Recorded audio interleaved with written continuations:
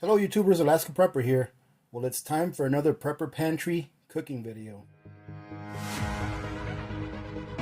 Welcome ladies and gentlemen. Today I'm going to make something I've never made before because it's normally not made, and it's turkey stew. Now when I told my wife I was going to make turkey stew, she said, why don't you just make something else like turkey Alfredo? And I said, I've never heard of anyone making turkey stew, so I want to try it. So that's what we're going to do today. And as you can see, I'm using mostly things that I've pressure canned myself. This is some turkey stock that I pressure canned back in 2015. I'm going to use 2 pints of that. I'm going to use a quart of turkey that I pressure canned in 2015. I'm going to use a quart of carrots that I pressure canned just this year. And I think that you guys were with me when I did that. I'm going to use a can of corn. I'm going to use this many potatoes. I really don't know how much is in here, ladies and gentlemen. Probably about, I don't know, I would say probably 2 pounds or so. And these are the potatoes that I harvested this year. Aren't they nice? They're the perfect size. I'm not even going to bother cutting them up. Look how nice they are. Got some nice small ones too. I've already had some of these potatoes and they're really good. And the last thing that I'm going to use, and I'm going to save for last, after it's done cooking, I know what you guys are going to say, oh AP, you're ruining it, that's poison. I'm going to use some of this. Some roasted turkey gravy mix. I'm going to wait till everything's done cooking before I put these in there. Alright, so I'll be right back. Let's get ready to dump this all into our pressure cooker. That's how we're going to cook it today, is with a pressure cooker. Nice and easy. Well, ladies and gentlemen, my wife reminded me that stew needs a little bit of onions and some celery. And we just happen to have some frozen celery. So I added some celery on top of the potatoes, and you'll see that. But we're going to put in a little bit of onions, probably about 2 tablespoons of onions. And I wanted to open these up in front of you so you guys can see what it looks like after 5 years.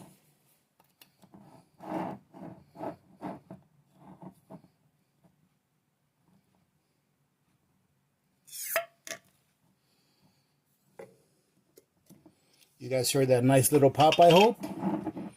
It looks really good. Let me give it a sniff. Oh, it smells very good. It smells just like it's supposed to. Here's our turkey broth.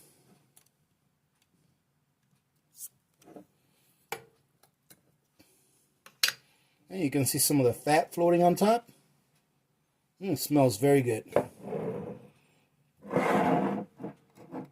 Ladies and gentlemen, for those of you that haven't heard this from me before or anyone else, whenever you're opening one of your jars that you can, you want to be able to hear that suction sound. You want to make sure that it looks good, like it looks what it's supposed to look like. You want to take a sniff, make sure that it smells what it's supposed to smell like. Alright? And then it pretty much passes the test. If you want to be super safe with your jarred goods, then you want to make sure that you cook it really well before you eat it. Here's our carrots. And our carrots look really nice. Look at those. Alright, let's dump these into the pot.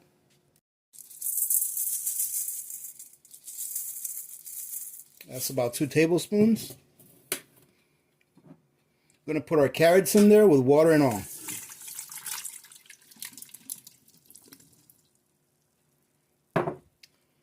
Let's put our broth in there. That broth had a little bit of meat in there. Here's our second jar. Let's put our corn.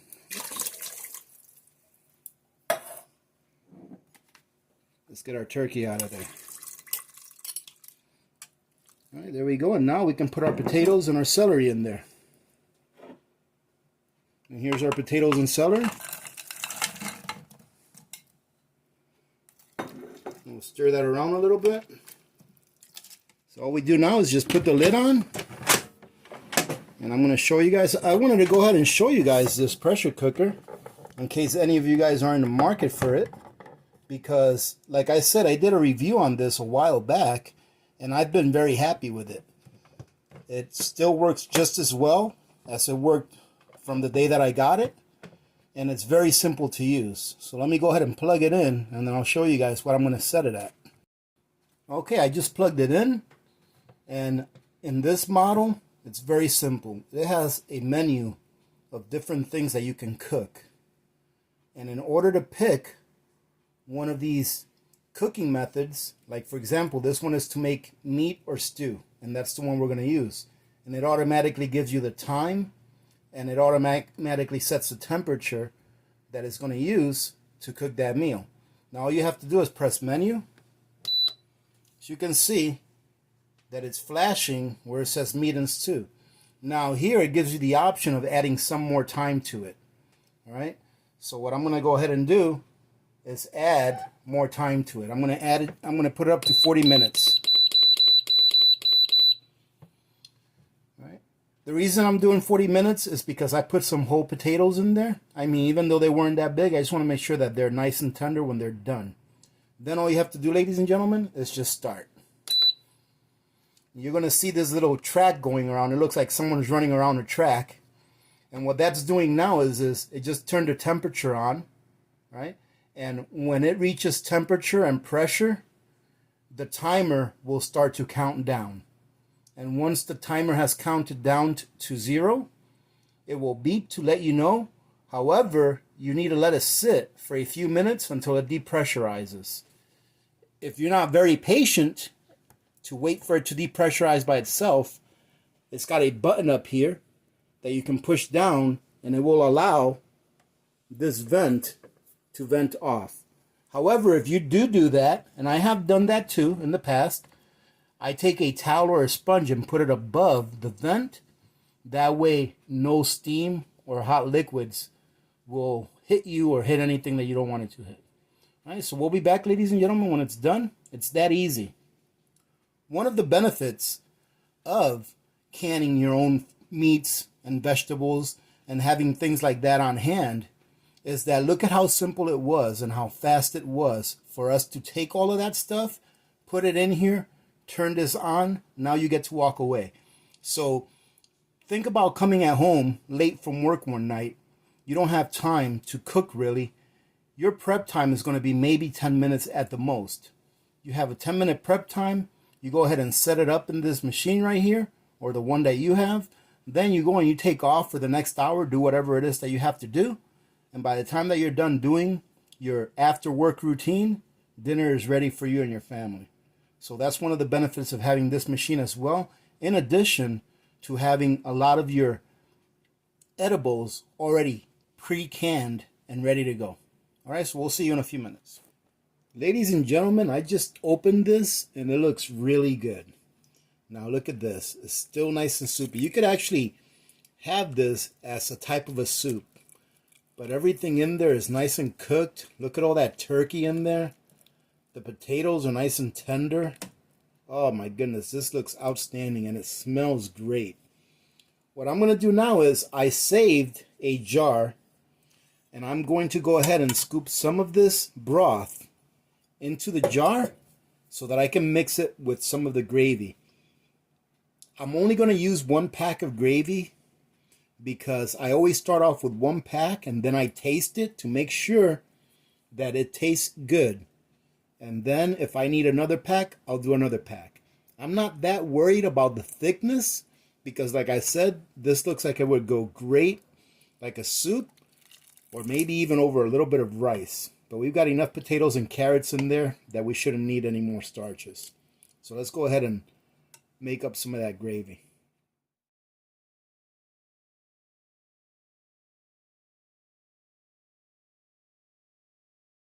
And one word of caution. After you put this hot liquid in this jar and shake it around, it's going to build up some pressure in there. So when you open it, be very careful. Did you hear that fizz? You want to make sure that you don't open it quickly and that a whole bunch of that liquid splashes out at you and burns you. Now I'm just going to go ahead and put the gravy in here.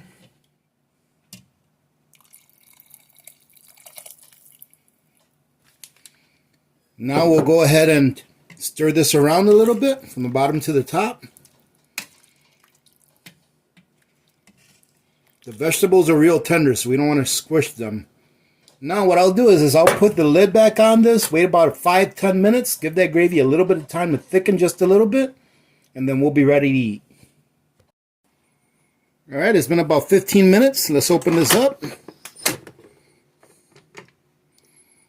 And let's see what it looks like. It thickened up a little bit, but not a lot, which is just fine. Let's go ahead and plate this and see what it looks like on a plate, ladies. I think this looks delicious.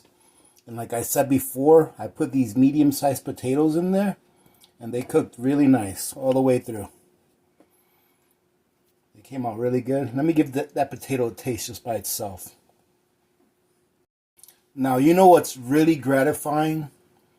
I don't know if I'm saying this or if I think this because I grew these potatoes, but they are so good. These little potatoes, I wish I would have had 100-pound harvest so that they would have lasted me most of the winter, if not most of the year. They are so good compared to the big potatoes that you buy at the store. They are delicious. And look at this little one. Isn't that pretty? I'm going to go ahead and grab me that little potato with some meat and a carrot. And let's see what happens. Look at that. You need a big mouth for this one, ladies and gentlemen. And I'm the one for that. Let me tell you, I hope that you guys try this. Because even with the broth not being very viscous, it is still so good, ladies and gentlemen. This is definitely going to become one of our regular dishes here. I know my wife's going to like it, especially because she likes the broth more liquidy than viscous, than you know, more thick. So she's really going to like this. And I can just imagine this over some rice. Ladies and gentlemen, there's no reason why you can't do this. Stock up some of these things, some of the ingredients that I showed you, so that when hard times occur, because hard times occur in everyone's life. There was a time in my life where I ate nothing but peanut butter and jelly sandwiches for an entire month, because that's all I could afford, and I didn't know how to cook. So learn how to cook, and this isn't even really cooking, if you saw how I put this together. Let me give this broth a taste. Look at that. I mean, look how nice and rich that broth looks. That's outstanding. The broth, you can taste the carrots, the celery, and the corn in there. You can actually taste the layers of those vegetables in there. All right, ladies and gentlemen, I'm going to leave it at that. I'm going to stop teasing you with this because I'm telling you the truth. This is outstanding, and I really am going to enjoy this for dinner. Having said that, I hope you guys got something out of this. I hope that you try this, and if you do, please let us know how you like it. Spread the word around. And if you don't like it, let us know and tell us why. Right? Because my taste buds are not unique. I'm sure that there are some people who like the same kinds of food that I like, but I'm sure that there are some people who don't. So let us know, and then you can make your own little changes to make it your own dish.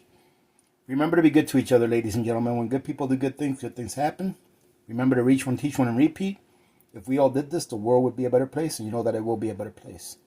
Many blessings to every one of you and your families. This is Alaska Prepper. I'm out.